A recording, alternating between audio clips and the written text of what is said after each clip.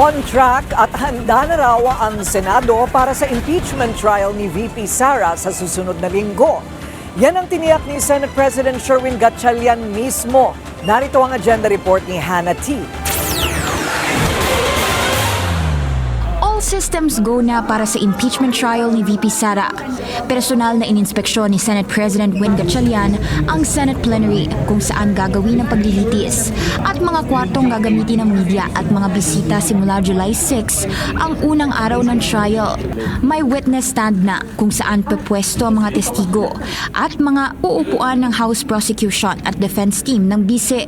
Nakaharap sila sa 24 seats ng senator judges habang nasa likod ng mga ito ang presiding officer. On track naman kami, on track. And kahit na maliit yung space, at least naayos na natin. Naayos na natin yung mga space.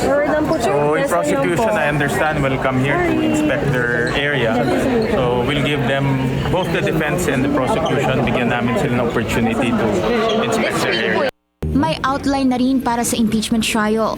Yan ay ang pre-trial order na inilabas ng Senate Impeachment Court.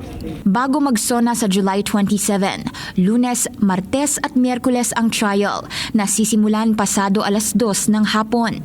Pagkatapos ng sona ng Pangulo, nakaset na ito ng 3:00 ng hapon tuwing Martes, Miyerkules at Huwebes hanggang sa matapos ang paglilitis. Unang isasalang ang reklamo tungkol sa umano'y assassination plot ng bise laban kina PBBM, First Lady Liza Araneta Marcos at dating Speaker Martin Romualdez na tatagal ng 11 trial days. Kasunod niyan ang issue umano sa confidential funds ng bise na tatagal ng 1 buwan. Susundan ito ng umano'y panunuhol niya sa DepEd na nasa 8 trial days naman. Pinakahuli ang mga paratang sa unexplained wealth at SAL-N ni VP Sara. Mahaba ang listahan ng mga witness. 57 ang sa prosecution. Kasama na riyan ang tinaguriang Mary Grace Piatos na unang lumitaw na signatory umano para sa confidential funds ng bise. 45 naman ang tetestigo sa panig ng depensa. Nasa 17 ang common witnesses ng parehong kampo.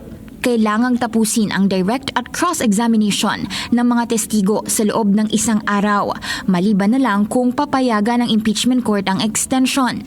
Hindi binanggit sa pre-trial order ang paunang diskusyon at hiling ng prosecution na mabuksan o mamarkahan bilang ebidensya ang kahong naglalaman umano ng tax records ni VP Sara.